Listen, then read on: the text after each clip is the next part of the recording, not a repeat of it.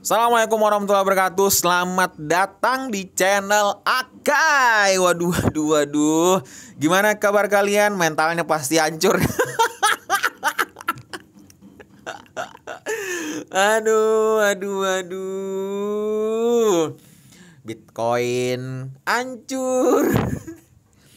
Ethereum hancur. Ya paling anak-anak SRP lah yang cuan-cuan dikit gitu kan. Shiba Inu hancur, Baby Doge hancur, Brace hancur, Lunch hancur. Waduh, waduh, waduh, waduh, waduh. Gimana kabar mentalnya?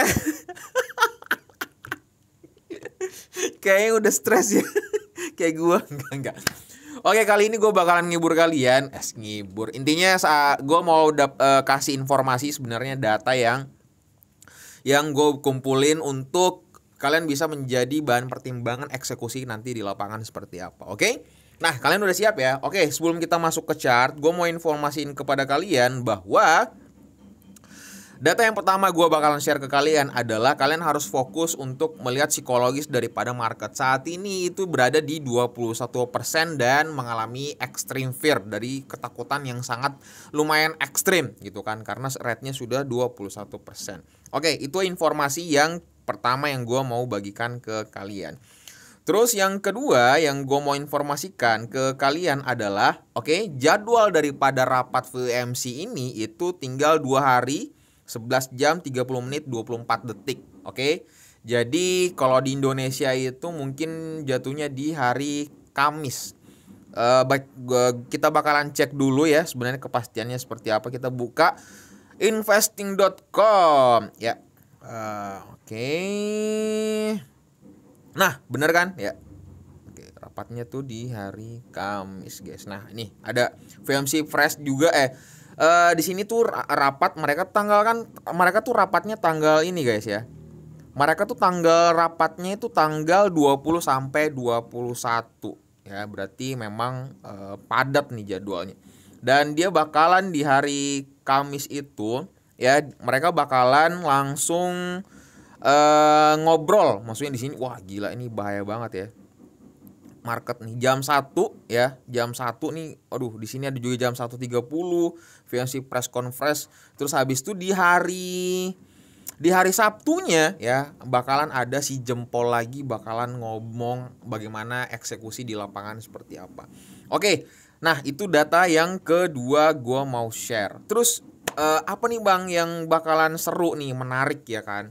Oke, gue langsung masuk ke chart aja biar nggak terlalu jauh gitu pembahasannya. Oke, di sini sebenarnya gue udah utak-atik agak sedikit titik-titik tertentu, titik paling simpel sih sebenarnya. Oke, yang saat ini yang kita bakalan rasakan adalah pertama, ini titik di 18.764 itu dia sudah jebol, guys. Bahkan ada tail candle yang cukup yang panjang ke bawah ya. Kalau misalkan kalian perhatikan yang ini titiknya lumayan ke bawah. Nah, terus opsinya gua adalah gua mau melihat konfirmasi di titik ini dulu ya. Apakah dia naik ke atas dulu atau bagaimana? Apakah dia langsung turun ke bawah? Itu ya, kita bakalan melihat dulu sebelum masuk lagi. Tapi kalau misalkan orang-anak yang udah bermain di future segala macam, udah kita bakalan sudah cuan, guys. Apalagi kalau misalkan kalian sudah menyerok di titik di 20.000 atau berapa tuh ya, di 20.500. Wah, itu udah lumayan banget kita profitnya. Oke. Nah, terus menurut lu gimana Bang? Nah, saat ini yang gua harapkan itu adalah opsi sideways dulu gitu kan. Nah, ingat ya guys, ingat ya. Gue nggak tahu kenapa yang biasa dilakukan para bandar, makanya di sini gue apa namanya nih? Bentar. Gue informasiin kalau ini tuh intinya, bentar, gue ituin dulu ya. Oke. Sabar. Oke, ya. Nah, inilah yang akan dilakukan oleh para bandar. Tahu nggak apa yang dilakukan para bandar? Biasanya seperti apa? Oke, kalian udah tahu kan? Biasanya bandar itu bermain ketika ada rapat. Itu bakalan diangkat naik dulu ya. Kita bakalan di atas naik dulu, diangkat naik. Gue nggak tahu kenapa. Itu kebiasaannya mereka banget, guys. Nah, yang gue khawatirkan adalah kita udah bermain nih segala macam gitu kan. Nah, Makanya gue di sini cantumkan target up konfirmasi gue gitu, yaitu di titik 19.500 itu target konfirmasinya gue gitu kan. Kalaupun misalkan Bandar bakalan bermain, bakalan nge-up, bakalan nyari nyari orang-orang yang anak-anak FOMO yang agak stres dan takut ketinggalan apalah segala macam gitu kan. Otomatis mereka di sini bakalan bermain. Nah, cuman untuk misalkan kalian yang udah terbawa FOMO ke depannya nanti, ingat ya, target konfirmasinya itu adalah di tahap 19.500. Jangan pernah lewat daripada itu. Karena kenapa? Yang kita takutkan adalah ketika di saat mereka rapat ini ya, rapat atau VMC ini ya, tanggal mana tuh yang tadi kita bilang. Nah, VMC Economy Projection, VMC Statement. Nah, di saat itu dan harga bakalan turun drastis bisa menuju ke target yang kita cantumkan, yaitu di 17.533. Itu target yang paling paling udah di tahap 2. Makanya di sini gue tahap 2 karena ada tahap 1 lagi yang bakalan kalau misalkan itu pun terjadi ya gitu. Gitu sih, jadi cara bermainnya seperti itu. Jadi harap hati-hati aja, karena yang gue khawatirin adalah di saat sebenarnya fase-fase ini kita udah down nih ya. Makanya kita bakalan nunggu konfirmasi dulu di titik ini guys ya. Bakalan nunggu konfirmasi. Kalau misalkan pun kita ada konfirmasi yang hijau segala macam, otomatis ada opsi sideways. Dan sebelum, biasanya 1 hari sebelum hasil keputusan itu bakalan mungkin di hari Selasa, hari Rabu ya. Selasa Rabu mungkin kita di sekitaran situ kita bakalan diangkat hijau dulu sampai menuju ke 19.500. Itu sih yang biasa yang gue lakukan ya. Oke, jadi jangan terlalu banyak FOMO dulu anak-anak anak-anak guys. Oke, itu yang informasi ke berapa tuh, lupa gue. Oke, dan ini juga data yang gue mau sharekan ke kalian bahwa ini guys ya, 1,65 juta Bitcoin dikirim ke bursa. Jadi kayak pengiriman bursa. Dan yang setahu gua biasanya sebenarnya opsinya tuh adalah kalau misalkan pengiriman pentransferan bursa seperti ini, itu adalah sebenarnya mereka mau mencoba mengakali sebagian besar para analisa agar mereka, wah ini kayaknya bakalan biris nih, bakalan drop nih, apalah segala macam. Terus ada juga namanya opsi di mana kalau misalkan mereka mentransferkan ke bursa-bursa seperti ini, itu adalah mau melakukan eksekusi yang besar. Nah, itu dia yang apakah mungkin inilah sebabnya harga drop saat ini gitu kan? Ya, itu pertanyaan yang kalian bisa jawab di kolom komentar. Terus yang gue mau informasikan adalah di sini ada data ya daripada Goldman Sachs. Jadi Goldman Sachs ini tuh adalah suatu perusahaan bank investasi dan jasa keuangan multinasional aset Amerika, dan mereka mengelola 2,5 triliun USD dolar di tahun 2021. Itu banyak guys ya.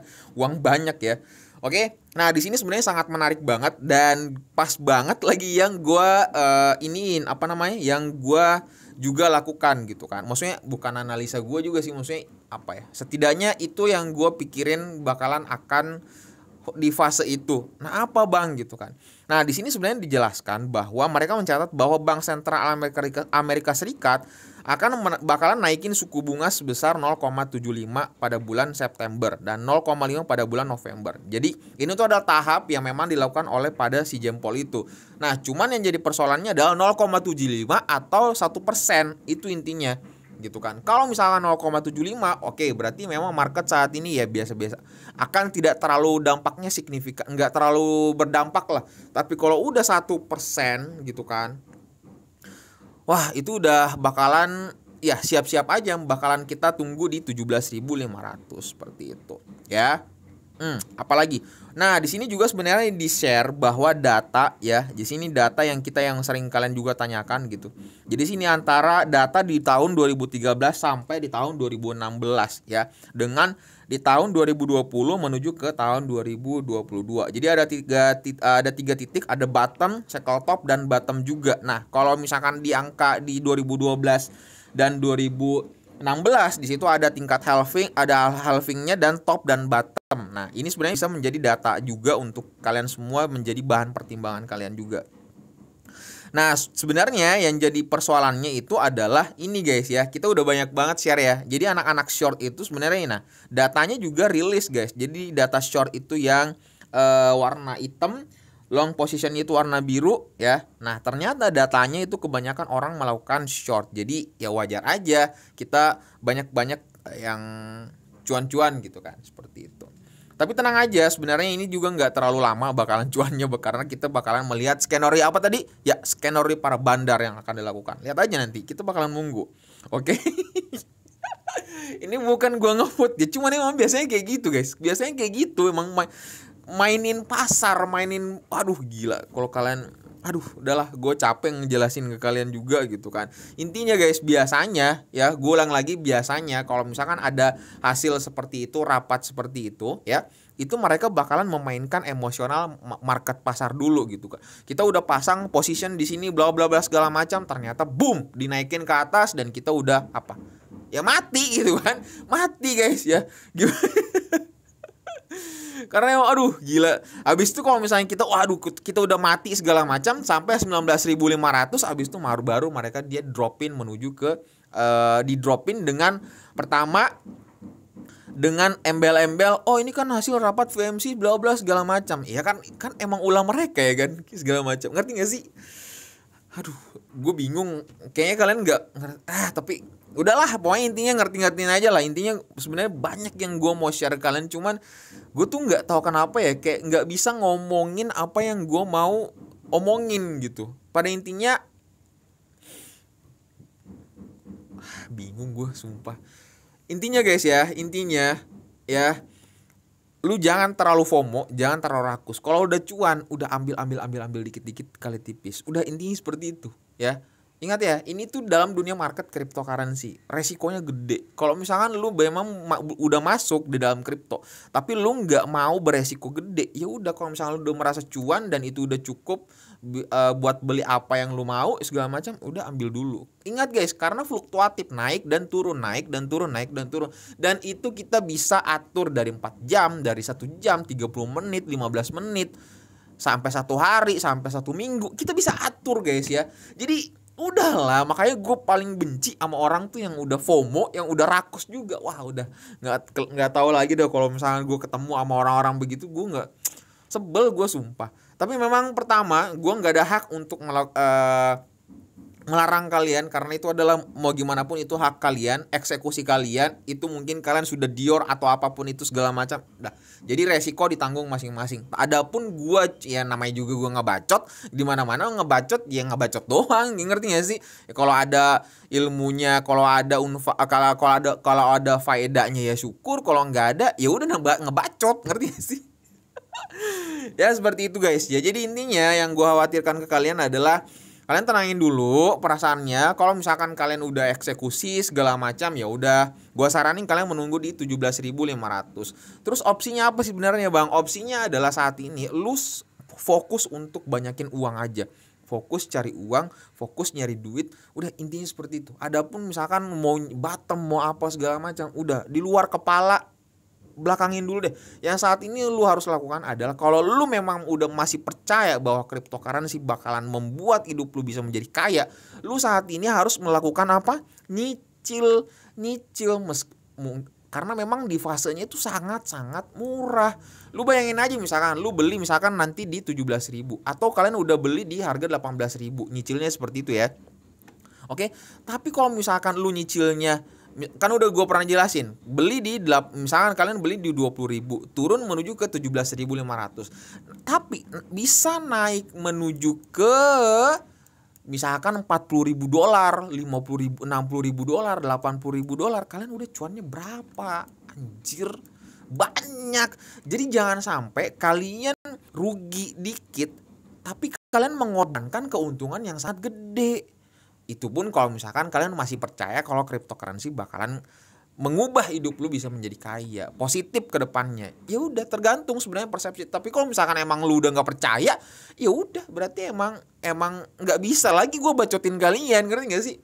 Gitu. Udah gitu aja lah bacotan gue kali ini, semoga bermanfaat, dan ingat subscribe channel gue dan nyalakan notifikasinya agar kalian bisa dengerin bacot-bacotan gue terus. Oke, titip salam sama keluarga kalian dan dapat salam dari gua Kai. Assalamualaikum warahmatullahi wabarakatuh.